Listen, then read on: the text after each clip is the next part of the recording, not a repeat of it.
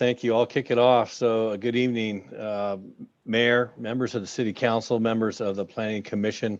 I'm Chris Boyd, the City Manager. Tonight's presentation is a very important step in our Sunrise Tomorrow specific plan process. We are bringing you the vision that will transform the Sunrise Mall site in the coming years from a commercial center into a place where people will gather to shop, live, work, stay, and play. We have collaborated with mall ownership on all aspects of this framework, and they are engaged in working with us to drive the process forward. I know the team presenting tonight has worked very hard to ensure we've engaged all of our stakeholders as well as the community. I am really excited for our council and commission to see tonight's presentation. This project's vision is the culmination of hours and hours of research, collaboration, listening, and planning. And I think you'll find that what we're scoping out here is entirely unique, not just to Citrus Heights, but our entire region. So with that, Mayor, I'd like to invite the team up to present. Thank you. We're going to have, I believe James is going to start the, oh, here he comes.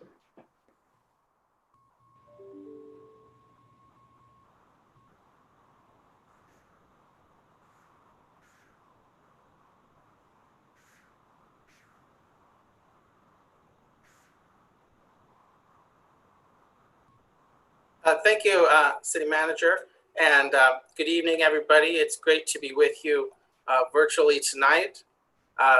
We were with you a few months ago to share an update on the project, and since then we've had a lot of collaboration, as the City Manager mentioned, with community members, the mall owners, and of course, city staff. And I really want to thank the City Manager, our project manager, Casey, and all the city staff for their help throughout this project.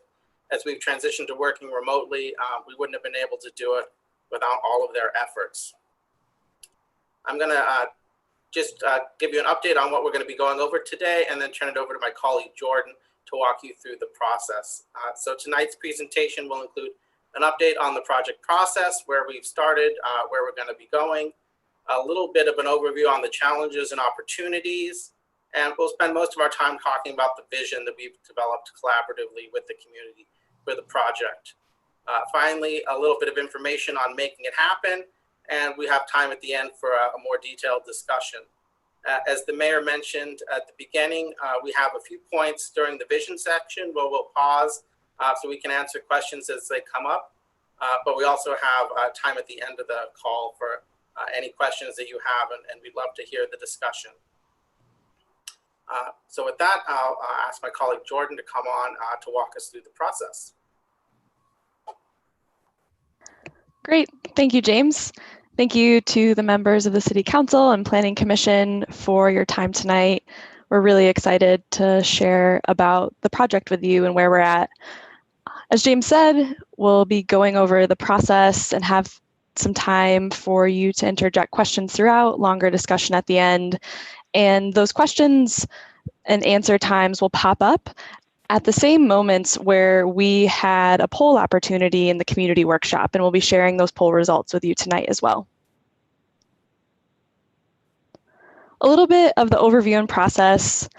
I know this is something that you all might be very well aware of, but for any members of the public who are listening in and might be wondering, what is the Sunrise Tomorrow specific plan? What it comes down to is a set of guidelines and regulations for future development over the next 20 years at the Sunrise Mall site. And it's a flexible framework. It's not one specific design, but rather a set of guardrails that can ensure the best possible outcome for the city, for the community, for the mall ownership as this gets developed over time. And it's a part of this proactive plan by the city to help mitigate changing retail environment and even more recently, the economic effects of COVID. So the purpose we came to this project with was to create that very specific plan to guide the development for the Sunrise Mall property, help realize the city's general plan vision, and ultimately transform the mall into a premier regional destination, this flourishing center of community life that it once was regionally, and we believe it can be again. A little project history. We heard from so many people about their favorite memories at the mall from its opening back in 1971, but fast forwarding more recently, just to recap, last year, the council, yourselves, set a strategic goal that by October, tools and resources would be presented to improve the Sunrise Mall land area. And last October, Gensler and team were hired on. Since that time, we've been hard at work on this specific plan project.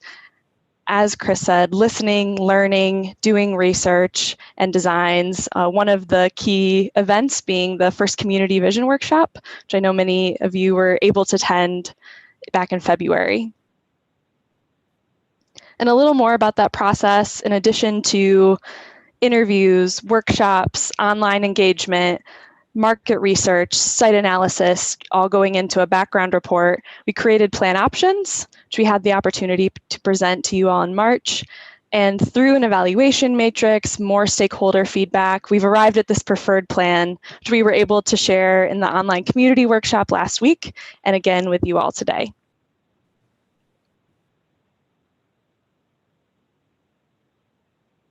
Because ultimately, this is the vision of the Citrus Heights community. Residents of this community are the experts, and we have gone to great lengths to hear from them. We know that was a high priority for you all on the City Council, for the city staff, to have engagement be a piece of this, from the interviews to the hundreds of people at the workshop, to the thousands who have been able to engage on the website, especially now that we're all working virtually. It's been incredible to see the excitement and engagement from the community.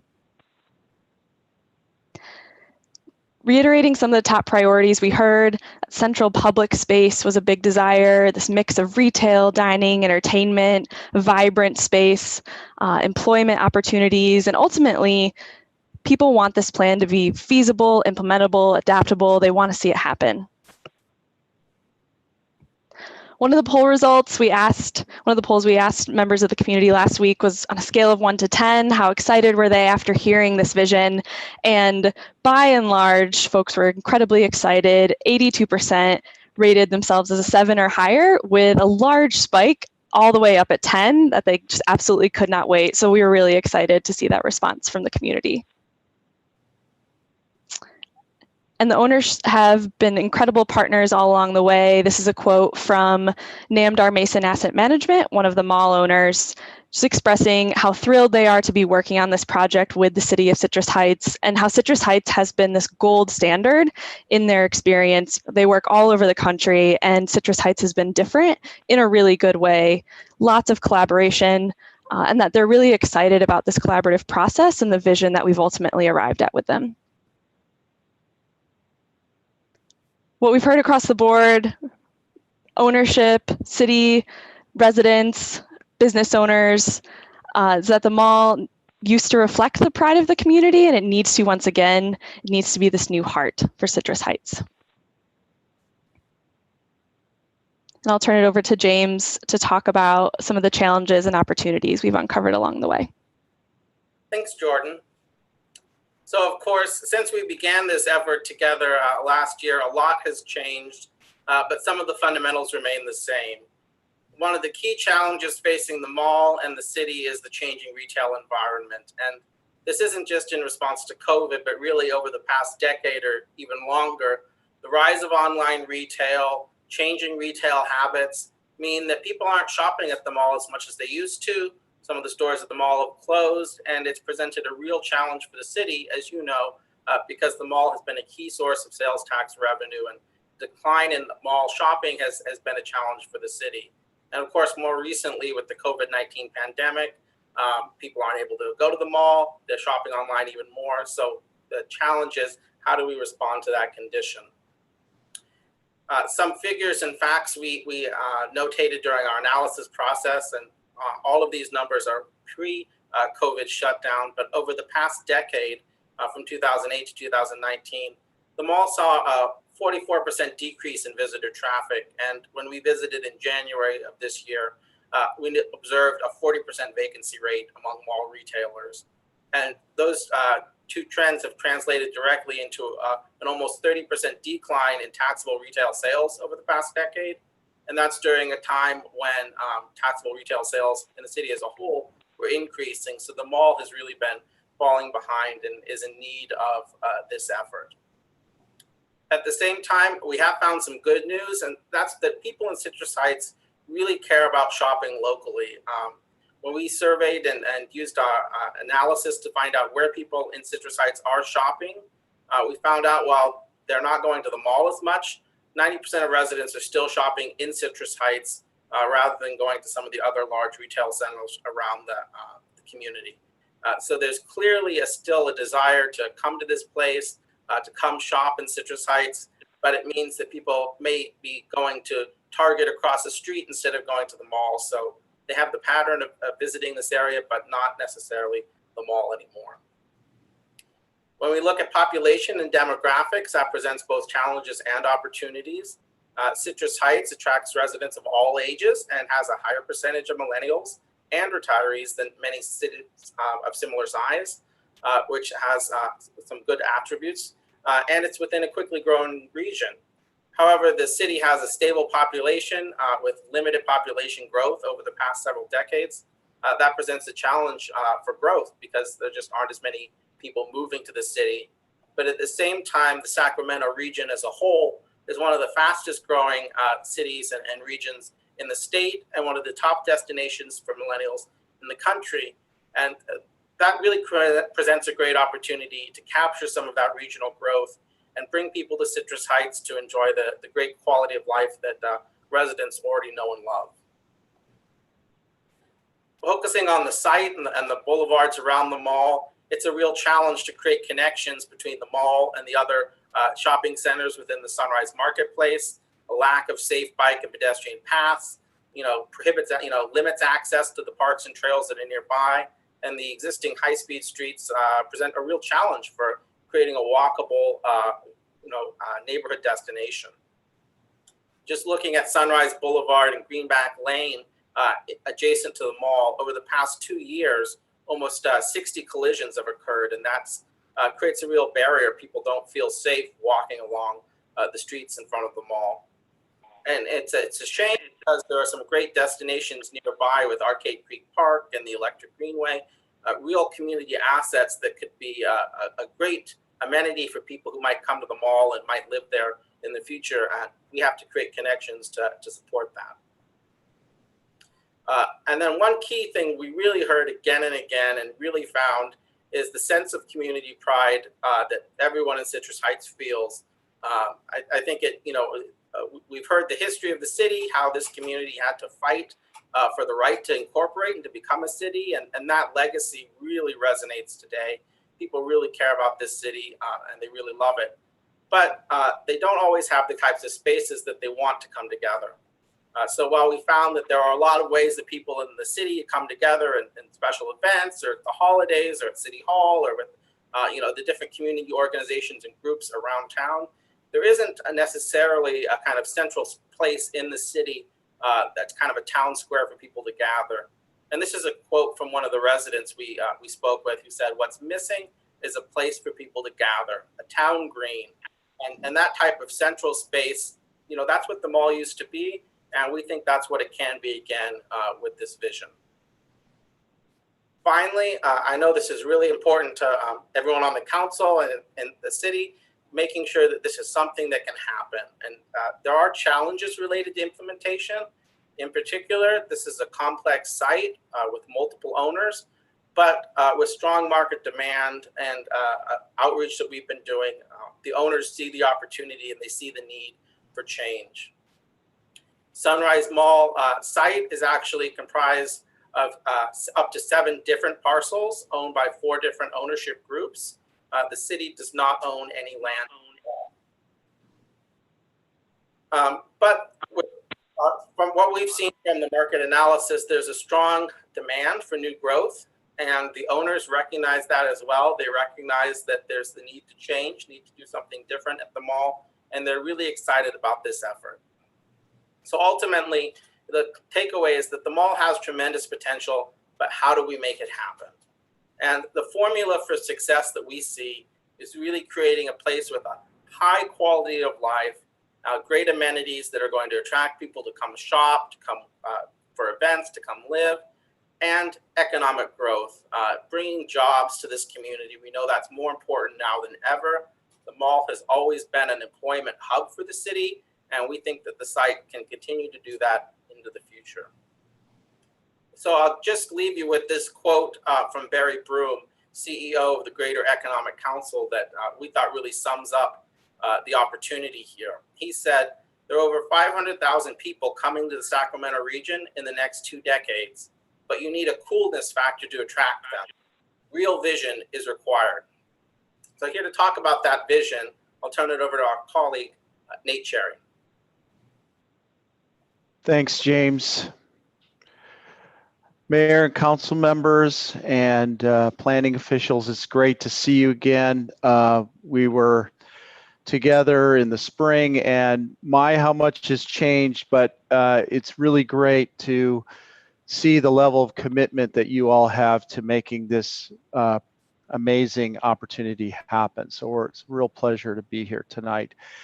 And the themes that have been described already can really be summarized in this statement. Whether you talk to community members, whether you talk to the developers and owners of property, you talk to people in the region who know the area well, there is this real sense of agreement that this idea of a heart, of a center for the city where everybody comes together is what's really needed.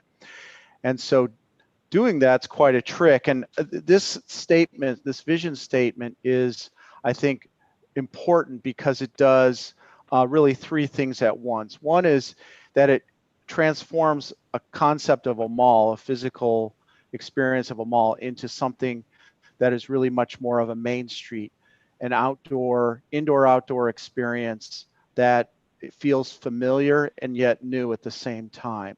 So that idea of creating a different type of physical space than the mall is very important to the vision that we heard. The second is the economic engine that James mentioned, the idea of creating jobs. And then the third is this idea of a regional destination that appeals not only to people who are coming to visit the region, but also feels very local, and it feels like a place that Citrus Heights residents can get behind and it feels very familiar to them. So really trying to accomplish those 3 things in our vision. So here you see the site today. Obviously a lot of surface parking. There are some great old growth trees that need to be saved, and the department stores certainly want to have a part in the future. And here's our vision for Sunrise tomorrow. You start to see some real fundamental changes to the site that I think can be articulated in a little bit of detail. First of all, on the north side of the site, you see a major employment anchor. You see Sunrise Commons at the west bottom part of the rendering there as a community gathering space. 3 is a main street, an open air, indoor-outdoor environment that really gives people a lot of choice in terms of how they want to interact, which is certainly applicable to what we're going through today. Integration of new uses that are really going to be very important for the competitiveness of the project: hotels, office space, lots of different ways to work, housing that has a tremendous amount of flexibility. An entertainment hub on the south end of the project is going to be very important. Residential neighborhoods and lots of green space connections, and finally connections to transit. So I'd like to go into a little bit of detail about how all those things come together. So there are really 5 big ideas that really drive the physical plan, and we'd like to go through these in a little bit of detail. The first one we'll talk about is the idea of a community and regional destination. I think if we did data research on the number 1 comment that was done, that came up, with people we talk to, it's this one, this idea of a place where people can come together that has a family-oriented feel, that has a 24/7 feel, that appeals to a lot of different types of people who are living and working in the area, and that gives people options in terms of entertainment and dining. Really, the beating heart of the property is something that people said they wanted time and time again.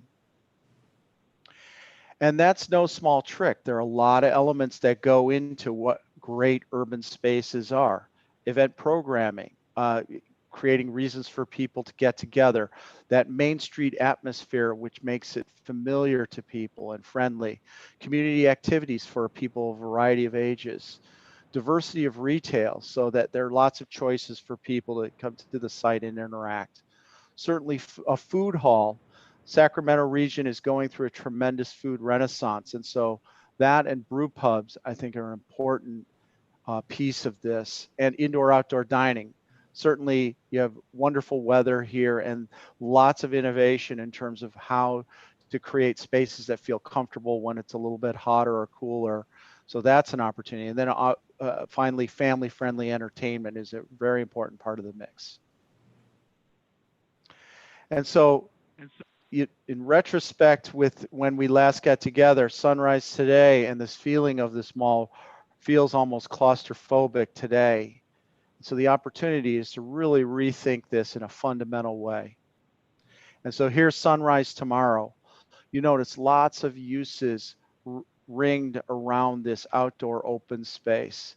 You see this event tent in the foreground. That is really a tremendous opportunity to create lots of flexible events, your farmer's market, an Oktoberfest. It has connections to transit, linkages to outdoor dining on the adjacent parcels with restaurants that spill out onto the site. The food hall in the distance is a great anchor for the project, so that becomes a destination. That Main Street atmosphere is connected to this great commons green space and tremendous diversity of retail with upper story uses that look out over that green space, create this incredible drama and this great level of variety and different ways to interact in a public space.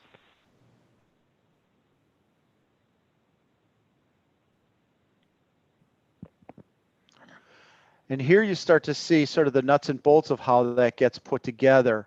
You see this spine that goes through the project that connects all the way from the transit station through the commons to the food hall, and then T-bones and connects to that main street, which is another access of office spaces and activities that are of a different character but complementary at the same time.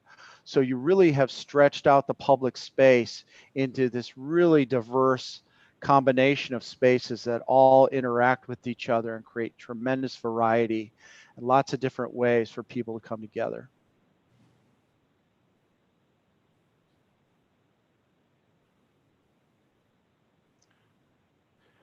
And so there are lots of pieces that go into making that successful. First of all, lifestyle retail. So the department stores remain, Penny's and Macy's are a part of the mix. Boutique Main Street retail, kiosks and neighborhood grocery, in all about 140,000 square feet of potential retail space integrated in an open air format.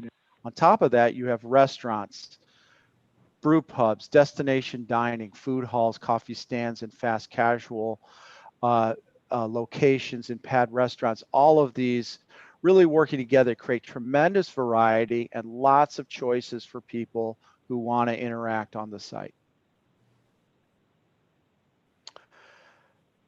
Family-friendly entertainment, not only a movie theater, but a black box theater, game hall, arts classes, music venue. All of these elements can work together to create a real anchor on the south end of the project area. And the benefit of creating this sort of T of public space is that you have this amazing flexibility and this incredible opportunity to create a variety of events throughout the year. So currently now you have just a handful of events, but with these public spaces and the right programming, you could create really 4 seasons of events that happen on a weekly, monthly, and seasonal time. And this whole public space armature is really set up for this amazing flexibility, which create more and more reasons for people to come to Sunrise Tomorrow and really have fun. And of course, the proof of the pudding's in the eating. 100+ potential events per year, lots of reasons for people to come to the site, 12 million estimated annual visitors, a tremendous complement of retail, dining, and entertainment that wasn't there before, and restaurants and more restaurants. That's something that we heard over and over again, was the desire for a variety of restaurants on the site.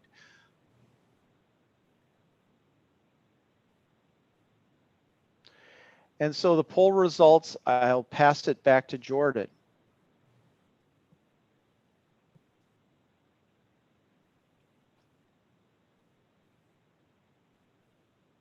Oh, this is Midori. Jordan just told me she got kicked off, so I'm happy to step in here. Or James, do you want to run through the first question that we asked the community during the online workshop was, of the following, what are the top 3 things you're most excited to see in the revitalized site? So we had an interactive poll up and people could live vote, which was really exciting. We could get that real-time feedback.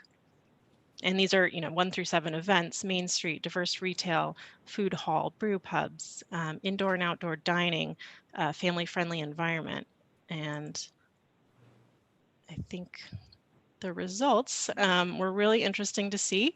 Everybody, as Nate mentioned, dining was a big popular one. Indoor, outdoor dining got 67%. Main Street was close behind at 58%. And obviously events, everybody loves to come to live events on site. So, it's just interesting to see that, what the community's kind of temperature was for what they were most excited about, like right as they were seeing it. So.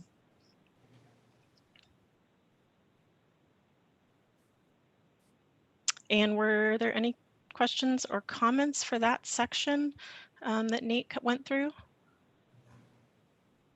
This is a good time to kind of pause and digest. I know that was a lot of information.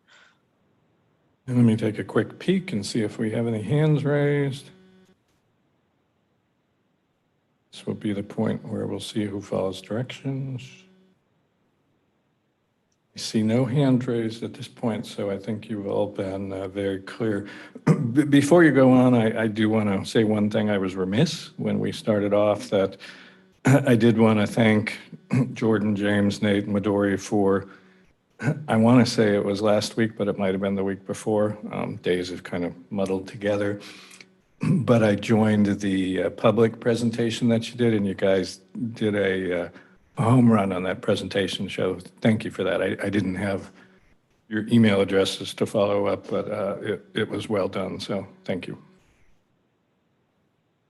Great, thank you. Well, if there's no questions or comments, we'll just go right into big idea number 2. And this idea is really centered on, welcoming nature back to the site and really creating a vibrant network of public spaces to not only enhance livability, health and wellness, and recreation, especially right now with COVID. Open space and public realm is really important for everybody and top of mind. But this is what we heard from the community in our in-person workshop, through countless online comments and message boards, including a green space, perhaps one with a nature trail, was really important for everybody. And that would really break up the feel of the, lots of concrete strip mall feel along Greenback and Sunrise. This is one of the online comments. So we heard this time and time again. And how we responded with the plan and how we're thinking about it is, Sunrise Tomorrow really creates a network of parks, plazas, and streets that are safe, green, and healthy. So you're seeing a lot of, beautiful pictures here of lots of different types of open space. And we just want to emphasize that it's not only the quantity of green space and open spaces, but it's really the quality and diversity of experiences that can happen in those spaces, as Nate mentioned, you know, different community events and different characters of spaces, from a quiet oasis where you want to read a book in nature to a vibrant performance out on that main lawn where you're seeing, you know, a band perform. There's a little bit of something for everybody, and spaces for every kind of experience throughout the site that I'll go through right now. So what you're looking at, obviously, is Sunrise today, the Sunrise Mall parking lot as it stands. Lots of concrete. And this is our vision for Sunrise tomorrow. So we're looking south from the main street, looking right into that entertainment hub plaza. So new tree canopy, Main Street atmosphere, neighborhood green in the background there, community plaza, shared green spaces. And this isn't only a, you know, vibrant, active plaza, but a place that has a real dialogue and conversation with the ground floor uses of all this development that Nate went through, spill out dining, restaurants that kind of spill out into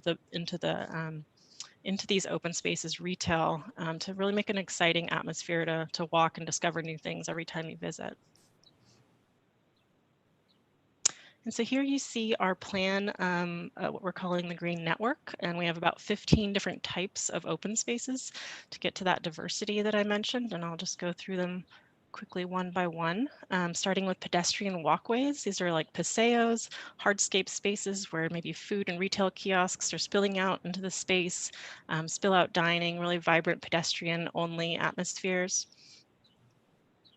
Sunrise Steps. So this is the heart of the employment hub, and a place where, you know, maybe you're getting an afternoon lunch or a meeting with a colleague. Also a place for the the tech or employment hub to interface with community.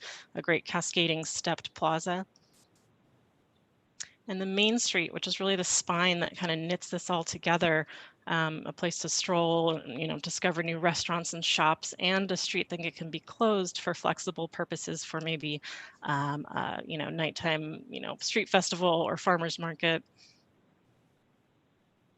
And Sunrise Commons, which Nate mentioned, is really the heart and soul of this whole place, where it all comes together, featuring a water feature, interactive water feature, an iconic event tent that really welcomes you as the front porch of the whole project off of Sunrise Boulevard. And a community park in that upper corner. So this is really thought of as a place for families to gather. You can imagine art classes, exercise classes, you know, a family park that not only provides an amenity for on-site residents, but also provides and kind of, you know, opens up to the surrounding neighborhood as well for an amenity for the neighborhood outside of the property. And neighborhood greens, these are smaller spaces, a bit more private, a little maybe more inward looking, a place for kids to play, a safe green spaces that are really linked with the townhouses and what we're calling lifestyle residential units. And this AgriHoods, a really unique feature of the site is, you know, imagine growing fresh and healthy produce right on site, a place for on-site residents to pick up, you know, weekly farmers market box, also potential really great partnerships with farm to table restaurants on Main Street or throughout the property. So this is, you know, working farmland and places where produce is grown. Also want to count, just pull out that feature of the creek. When the Sunrise Mall was built, creek was buried underground, and we're proposing that we daylight that, and it's part of that kind of concept of welcoming back ecological systems to the site. And shared green streets throughout. As Nate mentioned, we want to save as many of those old growth trees as possible, but in all the new internal streets, making sure that we have a shady, walkable, comfortable environment lined with streets on all, lined with trees on all the streets throughout. And finally, the green loop, the thing that kind of knits all these spaces together, a pedestrian and bike loop around the perimeter of the site. So imagine going around this and experiencing all the spaces that I just talked about, but also connecting to adjacent neighborhoods and larger parks like the Arcade Creek Park and surrounding neighborhoods.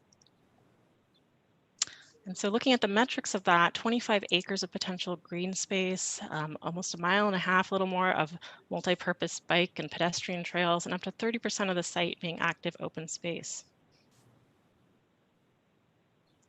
And this dovetails nicely into our big idea number 3, streets for people.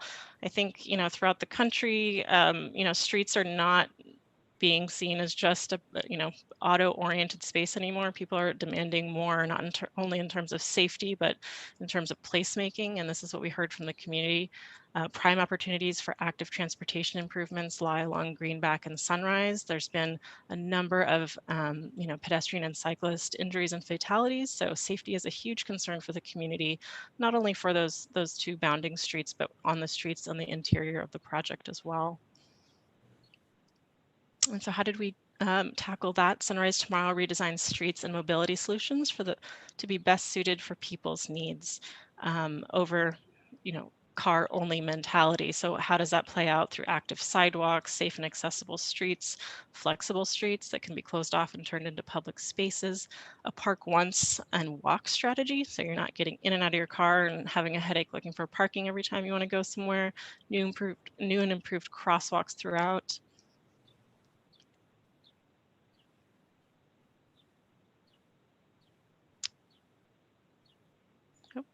And here we are looking at Sunrise Boulevard. As you can see, obviously most of the street is dedicated to the car, and a very skinny sidewalk dedicated for people here in its current condition.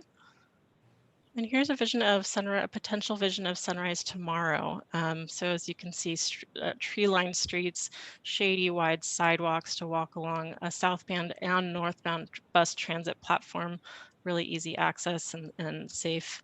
That event tent really welcoming you in off of Sunrise Boulevard, a potential new crossing mid-block, and you know, just multi-purpose paths, just welcoming you in as a pedestrian and bike and making a comfortable walking environment. And I think that the Streets for People, you know, concept plays out throughout the entire project, but where it's really seen at its highest level, I think, is along Main Street. You can see here widened sidewalks, shade trees that I've talked about, raised crosswalks for safety to slow the cars down when people need to cross, diverse mix of uses, making it not only a safe and, you know, beautiful place, but an interesting place to walk and discover new things, sidewalk dining, and really flexibility in streets. And here you see the pedestrian and transit map diagram, and kind of what you'll notice is that this mega block that was once, you know, all parking is broken up into a series of smaller blocks, creating a really walkable, easy for pedestrians environment. All those yellow wide sidewalks are places to walk. You see the Main Street has extra wide sidewalks and all bounded by that dark green pedestrian and bike loop. And you see at the bottom the new transit center and new potential crossing for the new northbound and southbound bus stops. And you can see a really faint line, 2 faint lines throughout the site that, you know, puts almost the entire site within a 5-minute walking radius from these bus transit stations. And talking about bikes, you know, we not only have the green loop around the site that's exclusively for bikes and pedestrians, but all the streets, that light green, we're imagining slower speeds for automobiles, creating a much safer shared roadway network for bikes and pedestrians. And how does this, you know, how do you experience this as a driver if you're coming, you know, in your car? All those orange, dark orange and light orange circles along the edge are many new access points for you to enter as an automobile driver, but also a really distributed shared parking concept of not only structures, but also surface lots. So you can really park once and walk to multiple destinations within 2 or 3 minutes. So the metrics of how that all stacks up, we're predicting a quarter of projected trips are walking, biking, or internal. 80% of the site is within a 5-minute walking radius of transit. And, you know, because of the shared parking strategy, we're you know, thinking 30% savings in parking spaces overall. And I will turn it over to Jordan. I think she's back to go over the poll results. Thanks so much, Midori. So this is where we had an opportunity for another poll during the community workshop. And what we asked the attendees is, besides driving, what are the top 3 methods of transportation you would use to get to this revitalized site? As Midori said, there's lots of opportunities for improved biking, pedestrian safety, and the top choice of participants at the workshop was walking, with over half saying they would choose to walk to the site if they were able, bike on a bike trail close behind. And this has really been reiterated in the engagement we've continued to do online since that workshop, which we'll talk about a little bit more in a moment.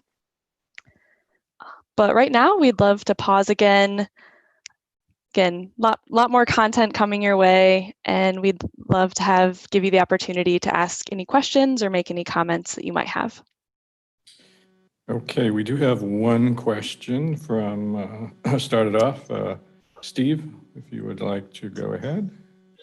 Yes, as we move into the refinement stage, do we have any idea whether these roads will be public or private? Any thoughts on that? And a second question would be about traffic. And it looks like great circulation during normal hours, but what about major events? And I know we've experienced gridlock in the past, and any kind of measures to mitigate that. I know the transit center will help. And that I'll stop talking and wait for an answer. Regarding the traffic question, I'll turn it over to our consultant, John Gard from Fair and Piers.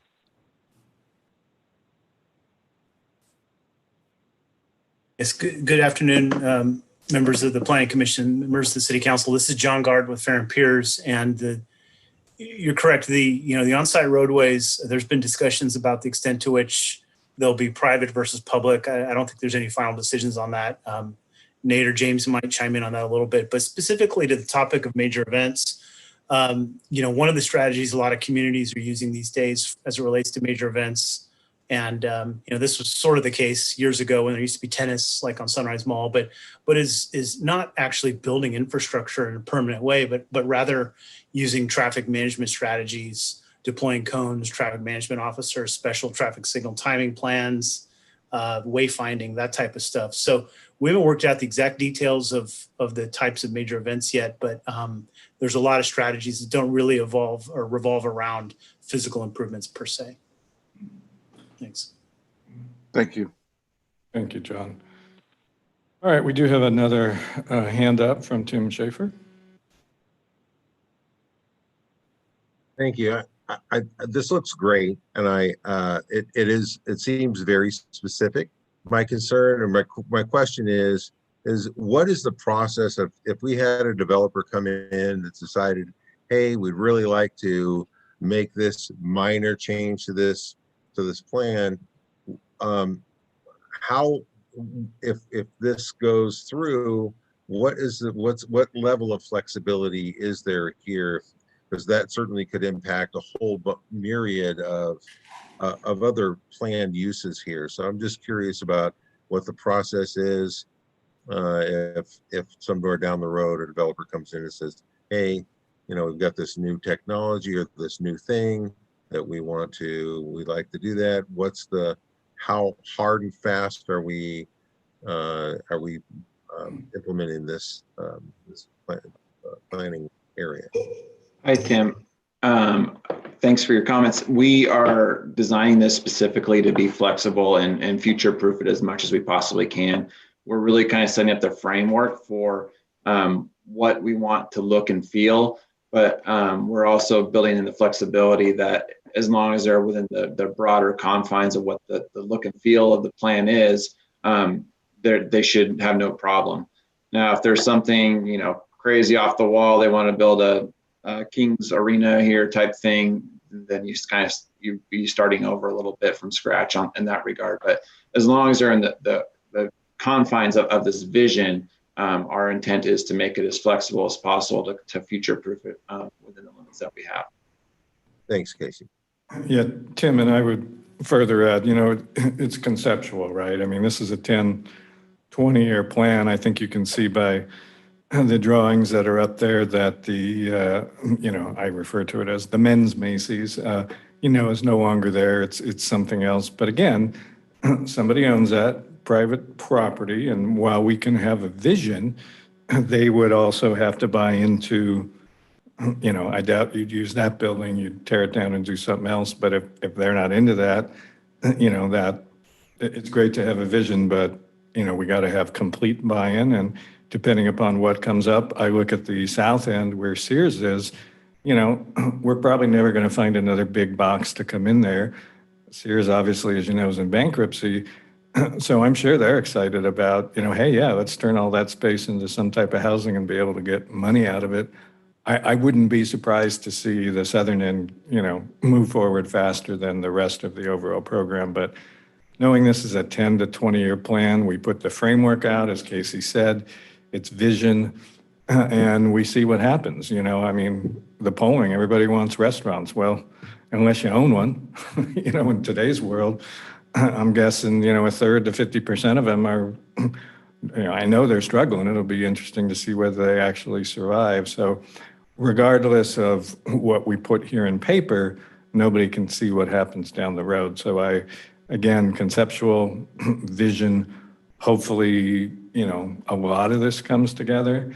I like the fact that in the drawings, conceptually, they put 3 to 5 story buildings. You know, if we're going to do that in Citrus Heights, this is certainly the place to do it. So I'm glad to see that it's in there. So I would just add that you can amend the specific plan. It just involves another trip to the council and environmental review and so forth. But it's not set in stone in that regard. But it is. There are some hurdles involved if you decide to do that.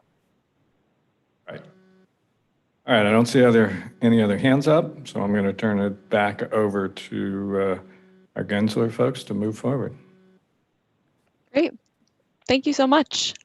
To talk about our fourth big idea, livable neighborhoods, turn it back over to Midori. Great, thanks, Jordan.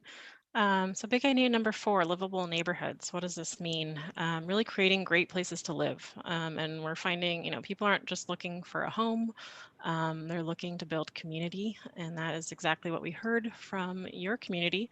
Multifamily housing is a critical need in our community as we have a shortage of both housing and entertainment options. Sunrise Mall has the potential to become Citrus Heights' newest downtown area.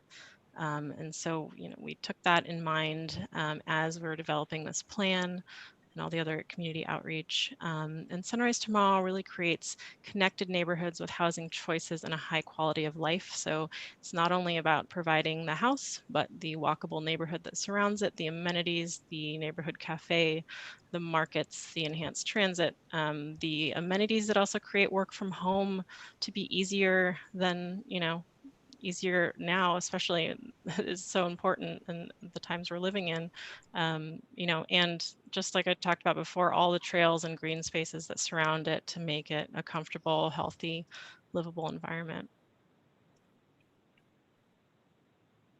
And so here we're looking along Macy's Plazas Drive in the southeast corner, looking west at Sunrise today. And here is a vision of Sunrise tomorrow in that same location, where you can see a variety of housing choices kind of in the middle of the frame there. In the foreground, we see park and trail access, family amenity. It's a little community center where you could imagine, you know, kids' art classes and dance classes, walkable streets throughout, housing diversity, enhanced transit like we talked about along Greenback and Sunrise. And in the foreground, the agri-hood and landscape buffer, which is really important in creating kind of a soft transition into the existing residential environment that surrounds the whole site. When we talk about, you know, options and variety, creating a housing type and product for every family, structure, budget, age, starting with townhouses along the edge there, closest to that, you know, neighborhood next to the site. You know, these are a little bit larger units, 2 stories on top of their own parking spots, maybe families that are a bit larger, looking for more space, but still want to be in a walkable neighborhood with amenities nearby. What we're calling lifestyle units, a lower rise, you know, courtyard apartments with easy access to the entertainment hub at the south end of Main Street there, probably geared towards more professionals, maybe middle-aged couples. and what we're calling active adult living. So perhaps retired populations who really want independence, but also want a walkable, walkable convenience and be able to walk to the market or walk to a cafe, but also have a, green trail and walking healthy parks right outside their doorstep. And finally, mixed use, which is really clustered towards the town center, the Sunrise Commons Oval Park there in the foreground, and also along Main Street. So, young professionals that want to be at the center of it all, millennials, maybe Gen Z, a little bit more active right in the center of things. And then looking at the numbers, diversity and variety is key here. So offering 4 different housing typologies that kind of fits every type of family or demographic, and seeing what they're looking for, with about half of those being those last mixed use types. And I'm going to hand it back to Nate to take us home with big idea number 5. Thank you, Midori. So all of this is wonderful and aspirational and exciting, but if we can't figure out an economic engine that makes it all happen, it's just lines on paper. And so in some ways, this is the most important big idea for the project, because from it, all these other opportunities are made possible.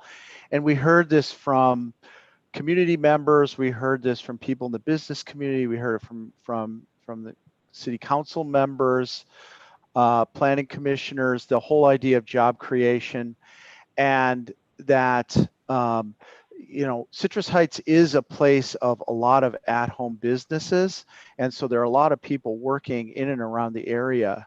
And are there opportunities to leverage where Citrus Heights is in the region in a unique and tailored way? And in fact, there really is. And there's been a lot of thinking about this in the media and so on. And second tier communities and ex-urban areas are really growing much more quickly than inner city areas. And part of that is because employers are really looking for a high quality of life. They're looking for places where office is much more connected in a village format, where people have a lot of choice in the way they work, whether that's close to home or within walking distance to the office. And so these are the sort of verticals that we're seeing the growth: management companies, arts and recreation, administration support, government uses. These are all specific to the Sacramento region, and probably number 1 is healthcare. These are the real stars and where we're going to see the growth in the office and employment market. And so we want to leverage those on the site. And so I referred to this a little earlier. A lot of this is about quality of life. What people in the tech industry and the office markets are really looking for is a very high quality of life, really a village feel where everything that you need is within close proximity. And lo and behold, a lot of the ideas that we've already presented really tie into that idea. So not only is office space changing in the sense that the people who are building office in our portfolio of work, the tech companies and the companies in innovation, they're looking at a much more low-slung indoor-outdoor environment with connections to food and dining, hotels, so people who are doing business with these companies can stay comfortably nearby. The after-work environment is super important, so going out for beers or having a meal is really important to doing business. Those events, they are also interconnected with the success of employment. Obviously, housing, not only for people who are working in office environments, but people working out of their homes, which Citrus Heights does have a unique niche in that, and this idea of walkable connections and family support. So things like daycare and grocery stores are really important to the success of the office market as well. Fireworks guy with blew his hands off. Yes. So I was told it was like illegal fireworks, but again, if our police department would put themselves on mute, I'd appreciate it. Thank you, Mayor. And so obviously the Sears has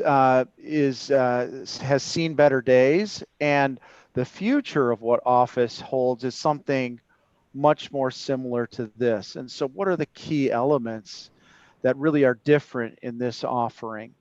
Well, first of all, you have a lot of connection to housing. So housing is right there, right connected to it. You have a hotel which is in walking distance, a lot of community amenities, trails, events, programs that you can partake in after work.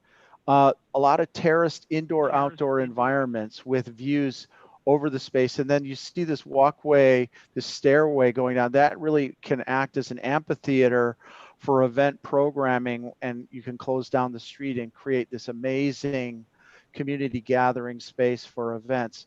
So all of this high idea of this low-slung indoor-outdoor environment is really what's attractive to the office market.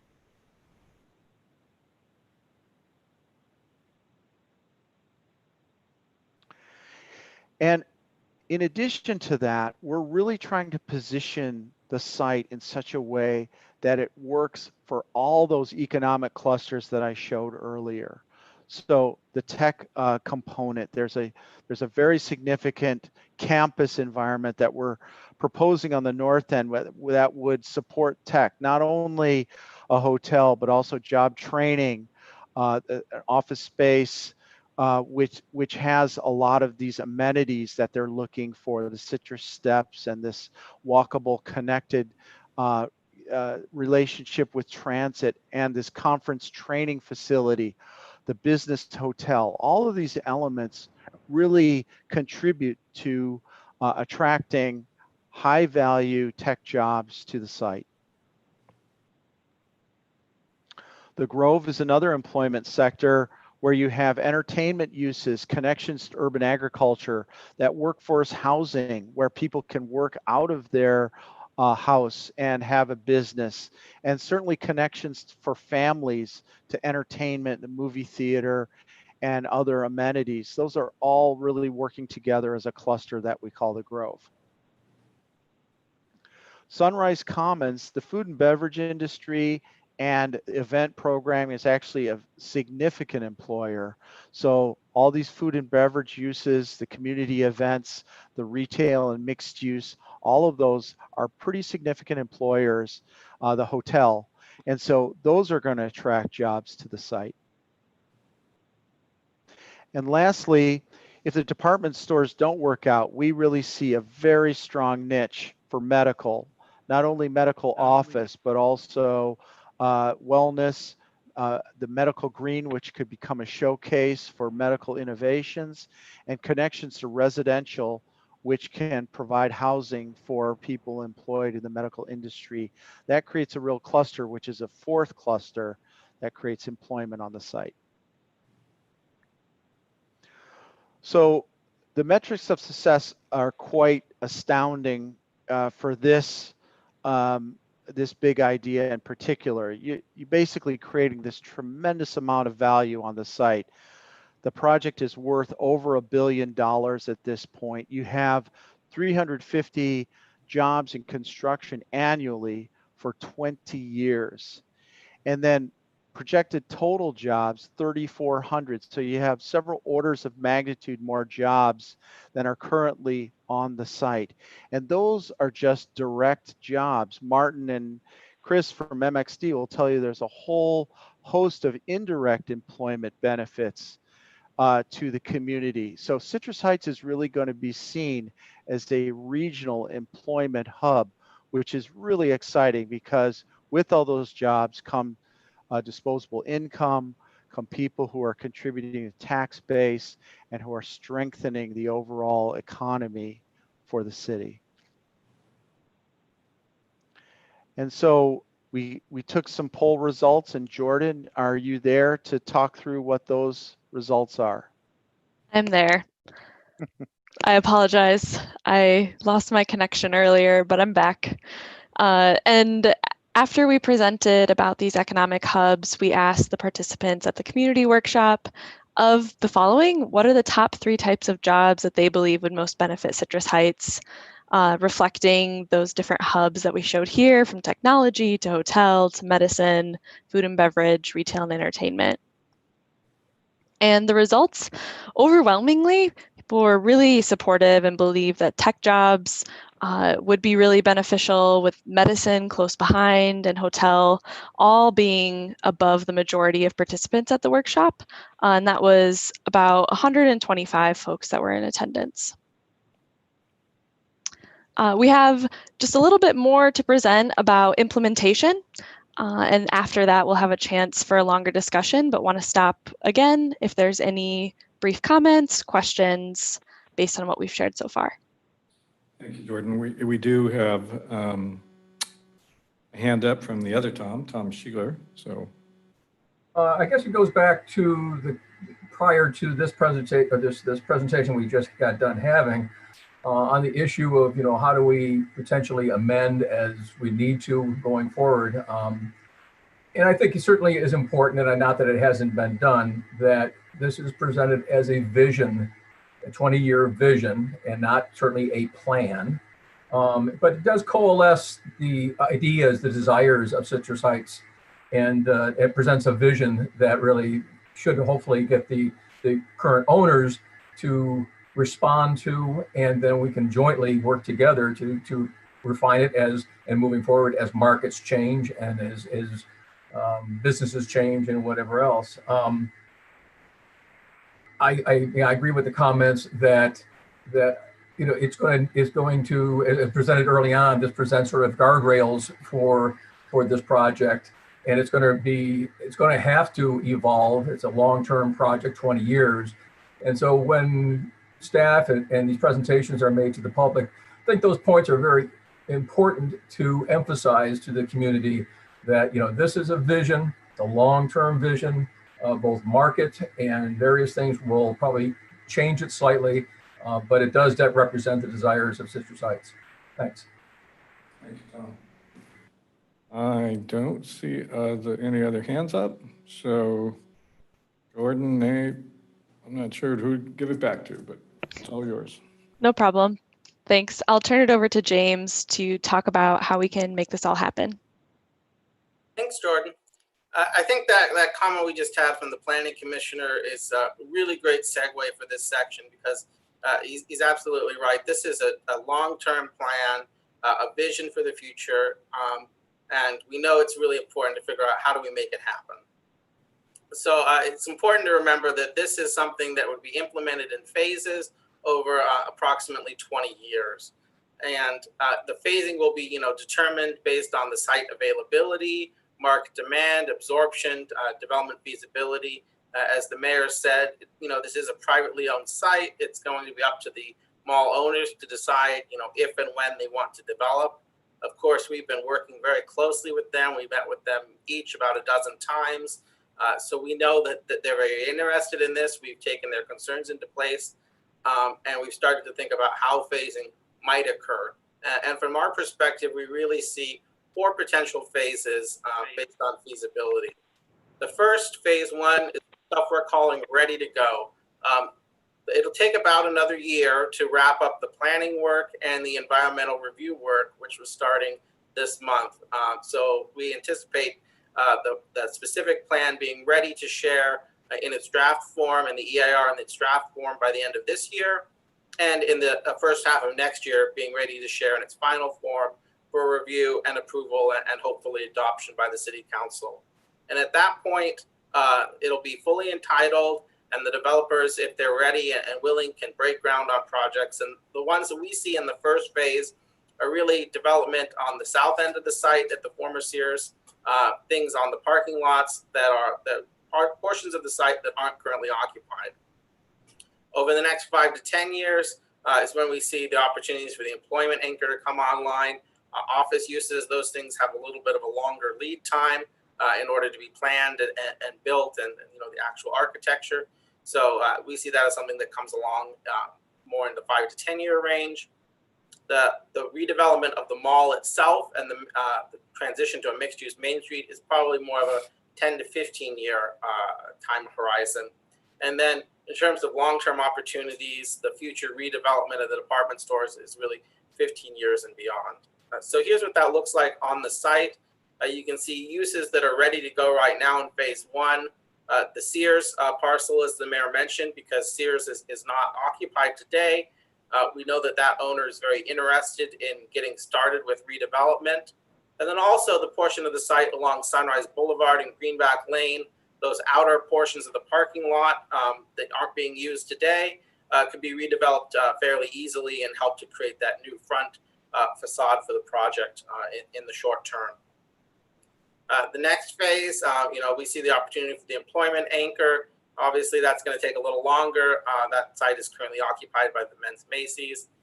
And then the opportunity for some of the residential development wrapping around the site on some of the existing surface parking lots. So the existing mall uses could continue while these phases are developed. And then phase three, the transition of the mall itself will take a little bit longer. There are existing tenants and leases that would have to be addressed. And so that's probably, like I mentioned, more in the 10 to 15 year range. Also, those projects, the development that's anticipated there is a little bit higher in terms of scale, more 3 to 5 stories. So a little bit more costly construction and more likely to occur once the site is a little more established as a destination. And finally, long-term opportunities are for the redevelopment of the department stores. We don't know what the future holds for Macy's and JCPenney. We've been talking with representatives of both of those groups throughout the process. They've continued to tell us that they really want to stay in the Citrus Heights market. Their stores, have been profitable for them, and they want to keep them open. But we also know that the retail sector is changing a lot, and they may eventually, close or transition to some other use. So we have accommodated that in the specific plan, but with the opportunity for redevelopment of those sites long term. In terms of how to make it happen, it's going to take a lot of tools and collaboration to realize a project of this scale and complexity. The first one, streamlined regulations, that's really what the specific plan is. The specific plan will be the zoning for the site. It will establish what the development standards are. It'll say what the city's expectations are from developers in terms of what's allowed to be built and how it has to be done. And having that in place will set up the entire project. At the same time, the environmental review that we're starting this month is going to enable the development to occur without the need for additional environmental clearance, because that will be handled as part of the specific plan. Catalytic projects are things that's really what the economic engine is, and the site as a mixed-use project is designed to be really symbiotic. So something like the office cluster, that's going to people coming to work there, they're going to support the on-site businesses, they'll support the the retail, they'll attract business for the hotels, they'll create employees who want to live in the residential on-site.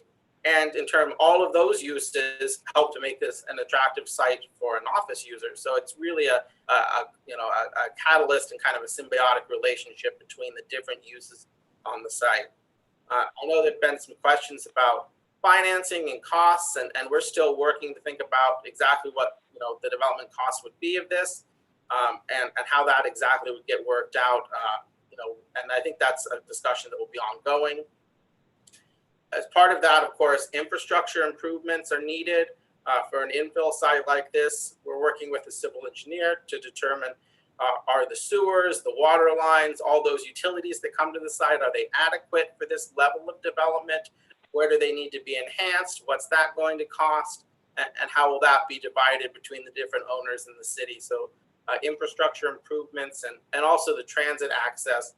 We've been working very closely with RT because we know that they're interested in enhancing transit along the Sunrise Corridor. So all those types of improvements need to be taken into consideration. And that really gets into this idea of strategic partnerships. That's what's going to make a project like this work. The city has really taken a leadership role here. The decision by the council a year ago to initiate a specific plan process was really a decision to say, we want to be in the driver's seat. We want to, help steer what's going to happen on this site. But of course, the city can't do it alone. So it's about bringing the the other agencies together, like transit, like, you know, the county, regional government, state government, even bringing the private landowners, the mall owners to the table and discussing with them, and of course the community, and as we mentioned, things like healthcare, education, even institutional partners could become a part of this this plan as it develops.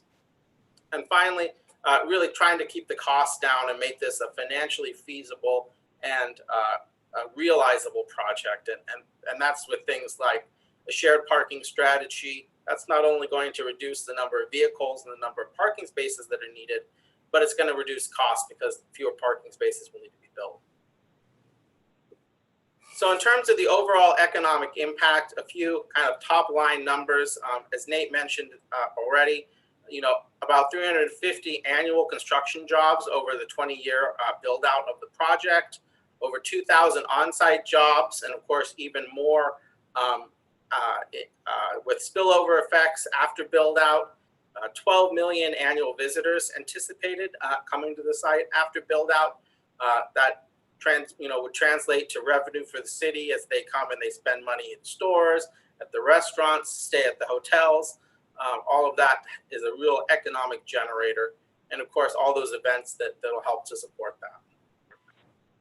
So before we wrap up today, I know we've shared a lot of information, 5 big ideas about how to make this work. I'll quickly summarize how it all comes together, how we're seeing that plan work. So the community and regional destination, that was the initial language that we heard from the city that you adopted as part of your general plan last year, saying we want to make this a destination.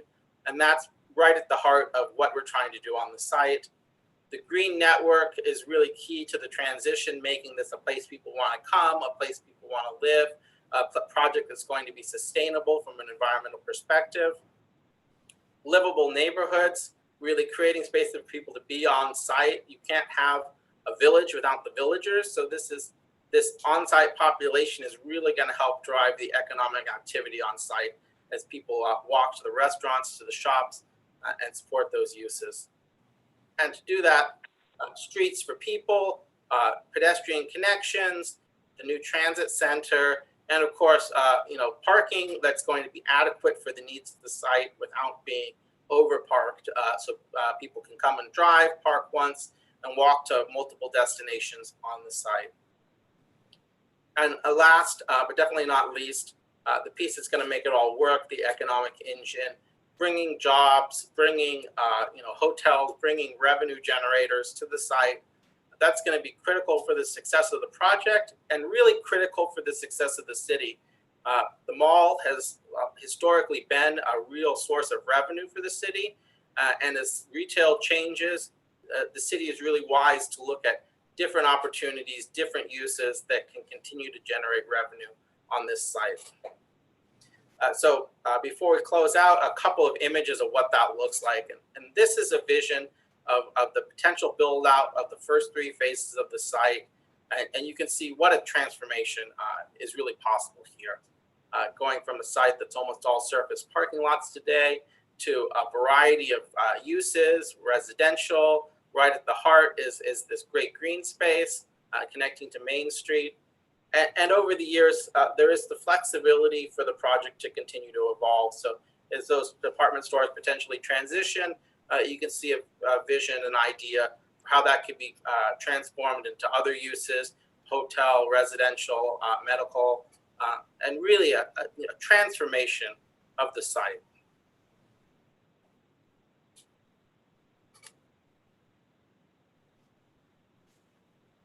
So if Jordan's back, I'll let her share this one. Still back. And as I said at the beginning, at the close of our community workshop, we asked folks, on a scale of 1 to 10, after seeing all of this information, hearing these 5 big ideas, how excited are you for Sunrise tomorrow? With 1 being, still getting there, 10 being, wow, absolutely cannot wait. And over 80% of people were at a 7 or higher, with the majority of those being at a 10. So a lot of excitement from workshop participants, which was really great to see. We've also at the last workshop on June 30th, kicked off 2 weeks of online engagement with a really exciting interactive map feature on the project website, sunrisetomorrow.net, where we have maps that people can comment on live, leave their questions, suggestions, let us know what they like. A lot of great content to interact with, a lot of the drawings and diagrams that we presented to you today, and also a survey that folks can fill out to give us even more in-depth feedback. And even just in the last week, we've had over 1,000 visits to the map. 20 people have responded to surveys, and 78 map comments as of yesterday, and even more have come in today. I was just checking at the numbers a little bit earlier this afternoon. So really great to see the engagement. People want us to hear their thoughts, which is exactly the purpose of that sort of exercise. And we'll be giving you a full report out of all of that data, all the feedback that we gathered through the close of that window, which will close July 14th. Some initial comments. A lot of people have been commenting on parking, questions about that, wondering how much is needed. And you can see this comment here had 8 likes. It's another great feature is it allows us to see who supports or also wants to know more about a comment that someone might leave. And we're in the process of responding to each of these. Another comment is a lot of people are excited about the entertainment, great for residents, and the active adult housing as well. And just some initial survey results. These were some of the favorite images of housing that people had. That Main Street mixed use feel a lot of folks liked, as well as the townhomes. And this was the favorite image of green space, a lot of vibrancy. You see folks walking around, a great tree canopy. And 2 out of 3 people were excited to walk to the revitalized site, again, reinforcing those poll results we saw in the workshop. And of the activities that might bring them to the site, the top answer was people were really excited to walk around that Main Street atmosphere, with 2 out of 3 people responding with that as their top choice. So we're excited for the continued engagement on the website and to continue to hear feedback. And that will be open through July 14th for the public to continue to comment on. And so with that, we'd love to open it up for discussion, to hear your thoughts and feedback, questions on what we were just presenting. Thank you. Thank you, Jordan. All right, I see Mr. Daniels has his hand up, so we'll start with him. Thank you. You know, it's just an absolutely excellent presentation. Really, really appreciate it. I only have, I think, one negative thing to say about it at this point, and I think that is on the projected timeline.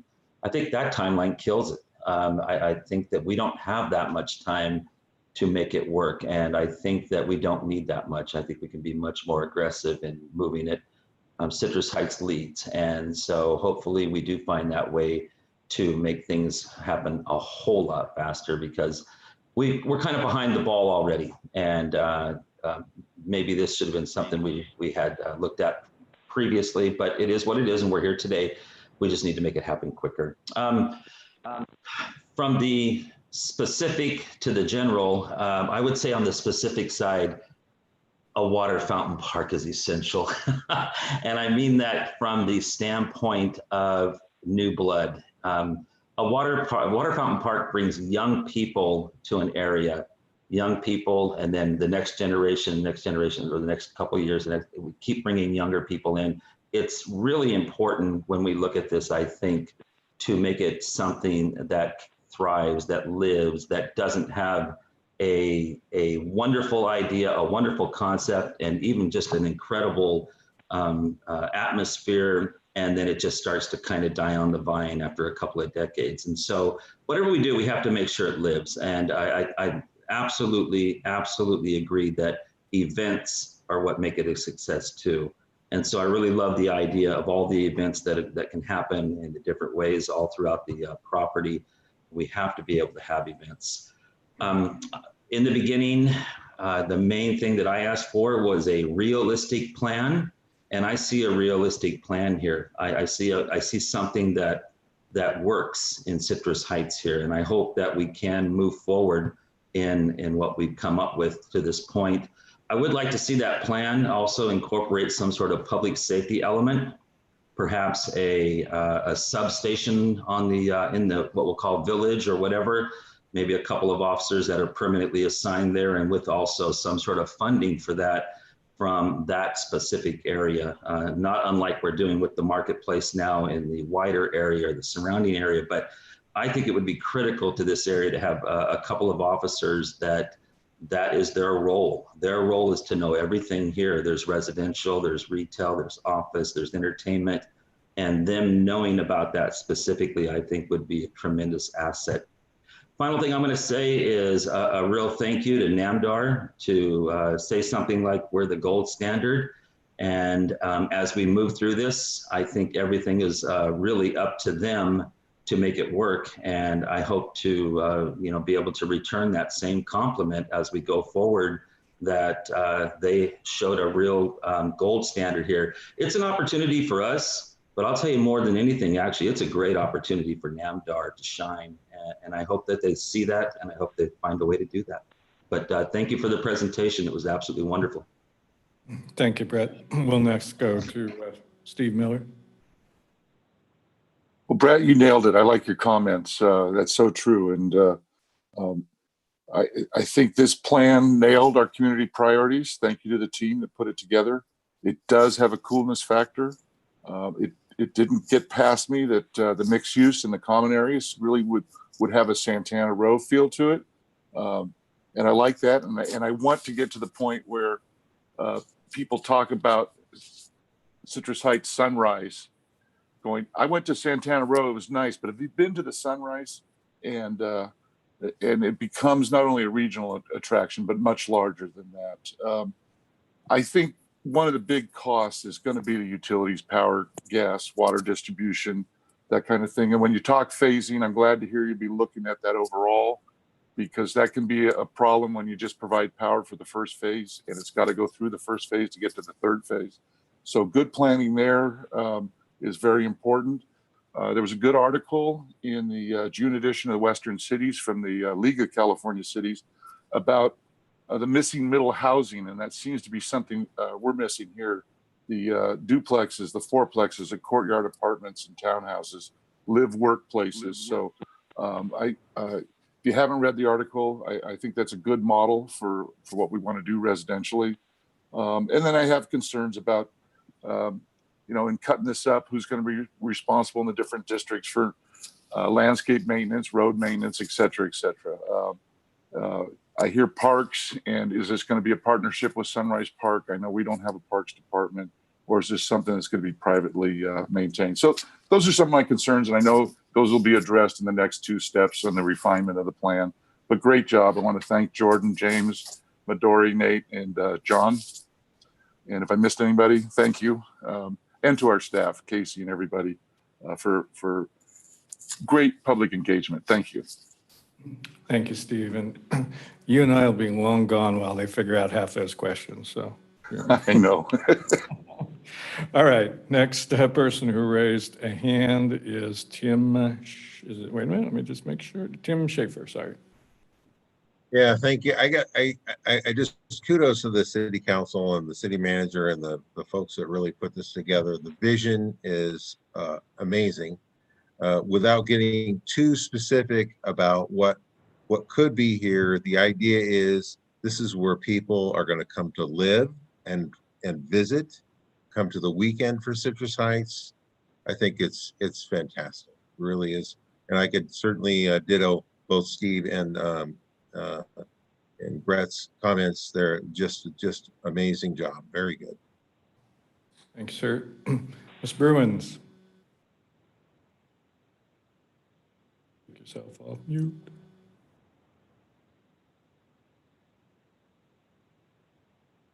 Take yourself out of the Zoom. You disappeared. Jeannie, or do you not have a question or a comment? If you do, sorry, I was talking to myself. I was muted. What I was saying was, as I was watching this caused me to reflect on the tremendous changes we've seen in our city in the last almost 25 years since we incorporated. and the ongoing comments we get from not only our own citizens, but neighboring citizens about the transformation Citrus Heights has realized. And as I reflect on that, I look at what we're viewing tonight, and for me, the second time since I attended the workshop as well, we're just going to be enjoying even greater transformation as we go forward. I think it's so in keeping with our solid roots and new growth theme that we live with today.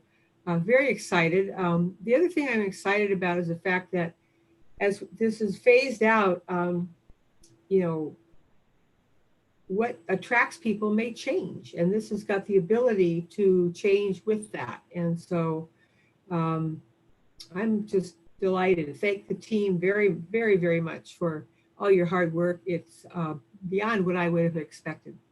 Well done. Thank you, Jeannie. And Nate, from my end, great team. Jordan, James, Midori, and I know John Gard, separate consultant, but still appreciate the information on traffic. I said earlier, I think you hit a home run. The only comment I would have on this, and this is great for this parcel, you know, again, because it's a vision long-term. When I see, you know, we're going to put residential, which we need, you know, I also see, you know, again, vision, grocery store, knowing enough about grocery stores, when I think to myself, I say, okay, so we've already got one north of the property across Greenback, and we've got another one west across Sunrise. And a grocery store, a new grocery store isn't going to come until you have the people. So, but I also think as the people come, you know, it can certainly look, if we're trying to promote walking, biking, et cetera. I saw a couple new stoplights throughout Sunrise, and I think it would be incumbent, that's more on the city in this comment, making those presentable, friendly enough for people to feel comfortable, if you will, to cross Sunrise. Because right now, I don't get a warm, fuzzy feeling myself doing that. So the only thing I see missing in this program, and again, it might have been in the details I just missed, is that connection, if you will, across the street, right? We already got a Target, we already got a grocery store there. And I think that's important, because I think people in those residential units are going to want to use those, and we got to make it attractive enough for them to feel comfortable crossing that street. You know, whether it's some type of sky bridge, whether it's the bigger intersection with painted sidewalks, whatever. And again, that may be in the plan, but I think, you know, from the city side, we need to step back and look at that, because yes, it's important to develop this site, and I think we're spot on with this vision. But I also have to believe that the folks that will be moving here are going to be utilizing the existing stuff that's around them. And we have to make it accessible to them. It can't be just this parcel is accessible and then they go out and cringe when they try to cross the street. So just food for thought as we move forward. But Nate, I think you guys did a great job. Again, long-term plan. Yeah, I would love to see it come together quicker. Time will tell. But great vision from where we started, where I was a little skeptical with what we were going to do, to now I'm like, okay, it makes sense if we can figure out the financing and get the owners on board. So with that, I don't see any other hands up. I didn't know if Chris Boyd, if you wanted to have any comments here, or? No, Mayor, this is your time and time for the council and the commissioners. We appreciate your comments, and you still do have a little bit of time. So I would want to encourage that, you know, if now is the time. This thing is, it's moving. I think it was commented on. We are well ahead of schedule. And we think we can have this thing done, have the environmental done, and be really shovel ready by April. So I want to make sure that's underscored. So now is the time for this discussion. So on that timeline, is there any way we can get a next steps and look at a potential realistic timeline? I don't know if that's hiding behind the scenes or if that would have to come back to us, but I would be curious next steps from here. Sure. I don't think we have another slide, Mayor, but our next steps is, as James mentioned earlier, is really to start the environmental review process. And we've kind of already started that work in the background, and that kicks off with what's called a scoping meeting, where folks can tell us what their environmental concerns are. So we don't have a date set for that yet, but that's going to be the next step.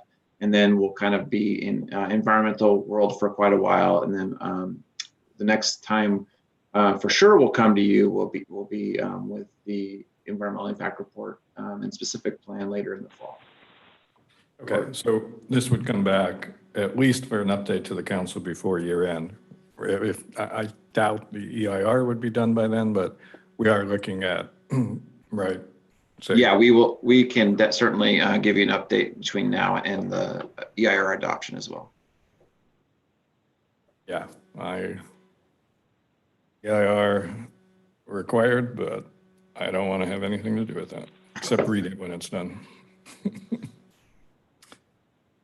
All right, folks, anybody else have any comments or questions? Again, I think the presentation was pretty inclusive in terms of answering a lot of questions I had before I saw it, although I had seen a lot of it from the public presentation, but I think it's great. Michael Lagomarsino, do I see your hand up, or is that me imagining things? No, you see it. First of all, I want to thank not only the Citrus Heights staff, but the contractors or the experts that we hired to put this together. As you said, Jeff, this is, when it first came out, some of the ideas, we went through quite a few steps. I really wasn't happy with the initial presentation. What I'm seeing now, I think it's something that's going to put the city on the map when it's completed. We get through all the phases, even if as we get started, phase 1 and phase 2, I think it's going to be something that the cities around us are going to start thinking of. As you know, a lot of the cities, when they started, we had a very vibrant mall when I first moved here in '78. And then along came Roseville, along came Folsom, started siphoning people away from us. I think this is going to bring it back to us. We're looking at a multi-use, just not a mall. It's the presentation that I saw today. We're looking at parks. We're looking at ideas, as you said, the farmers market moving in there under the shade, which would make a nice difference. But I do believe we are going to get some pushback from residents, probably to the south and some of the other areas, but I don't think it's going to be minor. This is one of the best plans I have seen in a long time from any city. As you know, I've been on the Planning Commission now for 8 years, and I've attended planning the California cities planning sessions every year. And from other cities, this is by far, I think, this concept by far is one of the best I've seen. I do want to take a few minutes, though, to thank Casey for getting back to me earlier today. Thank you for answering my questions right away. And this presentation has floored me, and I think it's a great idea. And I can't wait to see it. Thank you very much. Thank you, Michael. So I'm guessing you're in that 7 to 10 category on excitement as opposed to towards the other end? Oh, definitely. Probably closer to 8. Oh, wow. You got to loosen up a little more. We'll get you there. Yeah. All right. From my end, again, I can't wait to see the first 5-story building go up in Citrus Heights, because people tell me it's never going to happen, and I say, yes, it is. Above 5, I'm not holding my breath, but I would love to see us go up. If you really think about housing in the city, let's take Mitchell Farms out of it. There's really no other place to build homes, and the type of homes that people are demanding right now fit right into this vision. So I think it's good timing. Again, to Brett's point, if we can get there quicker rather than later, but that's somewhat out of our hands. We can certainly share influence with our private owners, but at the end of the day, it's really going to be them, maybe us cobbling together some developers to approach them to get this thing moving, because there's money to be made here. It's an economic engine. There's housing. There's stuff for everybody. So, Nate, I think you and your team did a bang-up job. So thank you for that. Any additional questions, comments? I see no hands raised from our 36 participants. Well, Jeannie Bruins, you have another comment? Yeah, I just think we'd be remiss if we didn't give credit for the leadership at the top, and that's our city manager, Chris Boyd, who never stopped moving this project forward from the time that we discovered we had new ownership to last year when we flew to the East Coast and met with them face to face and let them know that we wanted a master plan, and to where we are today. I know that a lot of strong leadership had to bring us to this point. And when our leaders believe in what we're doing, it's easier for others to follow along. And I just want to personally thank Chris for all the endless hours he's put into this, along with the rest of his staff, and the wise hiring decisions they have made with the consultants that we have hired, and the great team that has been put together as a result. Thank you, Chris. Right. Yeah. Thank you. Echo that. Thanks, Jeannie. All right, final call for questions or comments. Not seeing any little blue hands. So Casey or Nate, I'm not sure who's going to get the final word here, but I'll let you guys wrap it up. Well, Mayor, that is the extent of our presentation, and we just want to thank you all for your time and patience. We are super excited about this as well, and can't wait to see it go into fruition. So thank you very much. Yeah, all it's going to take is a couple $2 billion, no problem. All righty. So thank you to the members of the Planning Commission who joined. Appreciate you seeing this with us for the shared vision. Again, conceptual in nature, looks good. I sure a few things will change over time, but even when I look at, let's go over to Stock Ranch, which also was a specific plan. We've amended that twice, I believe, because of various things that have come up since then, but it's all good. So we're moving forward. And again, I think by the city pushing this forward, spending the money to get the EIR done, it makes it that much more feasible down the road for others to come in and kickstart it and move forward. Casey, one final question. Remind me, EIR, once it's done, how long is that good for? There's not necessarily a shelf life for EIRs. Yeah. It's somewhat indefinite. There's not a clear, bright line answer, but at least 10, 15 years. Perfect. All right. Again, see no final hands. So with that, I've got approximately 15 to 7 for the council. We have a council meeting coming up in 15 minutes. I believe that's a separate Zoom meeting. So with that, I'm going to let everybody do what they want for 15 minutes, and I will see the council hopefully a few minutes before 7 so we can get that